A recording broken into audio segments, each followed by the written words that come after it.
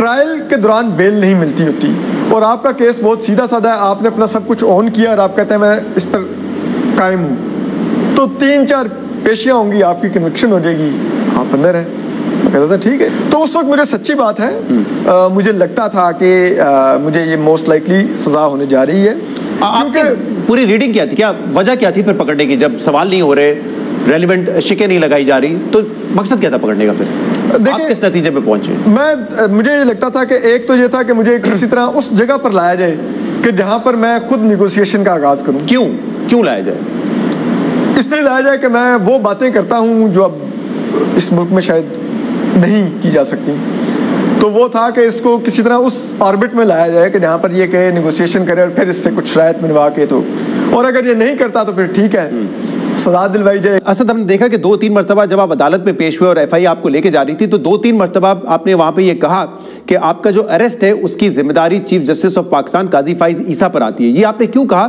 دیکھیں, ایک تو شہزاد صاحب بات یہ تھی کہ جب یہ GIT بنی تھی تو مجھے آئیڈیا تھا کہ یہ کیوں بنی تھی. 2 صحافی اس کے گواہ ہیں جن کو میں نے جا کے بتایا تھا کہ آئی ایم دا ٹارگٹ. میں نے ان کو اس وقت بتا دیا تھا جب GIT بنے ہوئے ابھی شاید 3را دن تھا.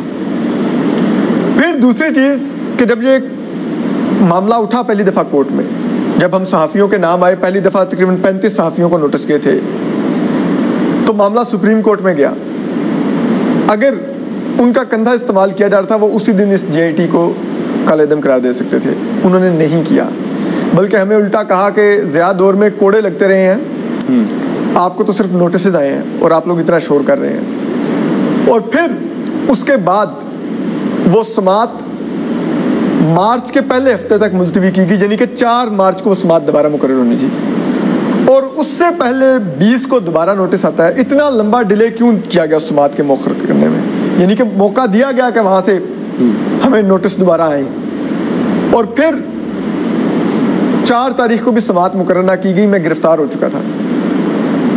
وہ سماعت اگلے ہفتے تک مزید لٹکائی گئی. ایک درختوں کا سو موٹو لیا گیا, ٹھیک ہے, لیکن ایک صحافی جس پہ آپ بعد میں مانتے بھی ہیں کہ اس پر جو چارجز لگے ہوئے ہیں وہ غلط ہیں, ٹھیک ہے, اس کی بوڑھی ماں عدالتوں میں دھکے کھا رہی ہے, جس کا مجھے بہت دکھ ہے, میری ماں کی جتنی صحت گری ہے.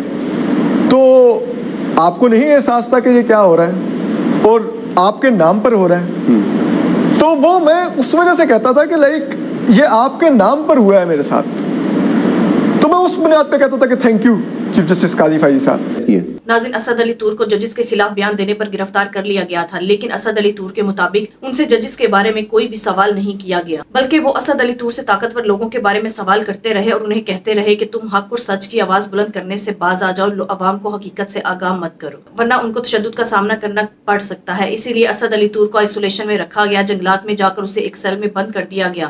اس پر اسد علی طور کا کہنا تھا کہ میں چیختا چلاتا رہا, لیکن وہاں پر میری آواز سننے والا کوئی بھی نہیں تھا. اسد علی طور کا کہنا تھا کہ میں وہاں کافی بیمار ہوا, لیکن مجھے دوائی تک نہ دی گئی اور وہاں پر واش روم تک کی سہولت موجود نہیں تھی. وہاں اس قدر بدبو تھی کہ اندازہ نہیں لگایا جا سکتا. اس سب کی وجوہات صرف ایک ہی تھی کہ کسی نہ کسی طرح سے اسد علی طور کو ذہنی اور جسمانی طور پر اس قدر توڑ دیا جائے کہ یہ خود اپنی شکست تسلیم کر لے اور حق اور سچ کی آواز بلند کرنے سے باز آ جائے اور ان کے سامنے سر جھکا دے اور یہ کہہ دے کہ یہ آپ جو بھی کہیں گے میں وہی کہوں گا, میں آئندہ سے حق اور سچ کی آواز بلند نہیں کروں گا, جو آپ مجھے آرڈر دیں گے میں صرف اور صرف وہی کام کروں گا اور وہی بات کروں گا, عوام کو حقیقت سے آگاہ نہیں کروں گا. لیکن ناظرین, جتنا اسد علی طور کو توڑتے چلے گئے, جتنا ان پر ظلم و تشدد کرتے چلے گئے, اتنے ہی اسد علی طور مزید مضبوط اور مستحکم ہوتے چلے گئے. اسی لیے ناظرین, آج اسد علی طور خود یہ بات بتا رہے ہیں کہ ان کے ساتھ کس قدر ناانصافی کی گئی, کس قدر ظلم و ستم کیا گیا. لیکن اسد علی طور کا کہنا تھا کہ یہ جتنا مجھے باز رکھنے کی کوشش کر رہے ہیں میں کبھی نہیں رکوں گا, میں عوام کو حق اور سچ سے ہمیشہ آگاہ کرتا رہوں گا. ناظرین, یہ اسد علی طور تھے جنہیں ٹارچر کیا گیا اور ظلم و ستم کا نشانہ بنایا گیا. ناظرین, یہ نام نہاد آزاد ملک ہے جس میں جس کو چاہا جاتا ہے اسے بندی بنا لیا جاتا ہے, ظلم و ستم کیا جاتا ہے, لیکن اسے روکنے والا کوئی بھی نہیں. اتنا ظلم و ستم تو کسی ملک دشمن یا دہشت گرد کے ساتھ بھی نہیں کیا جاتا جتنا ان لوگوں کو اغوا کر کے کیا جاتا ہے. ناظرین, بالکل ایسے ہی جس طرح سے عمران ریاض خان کو 6-7 مہینے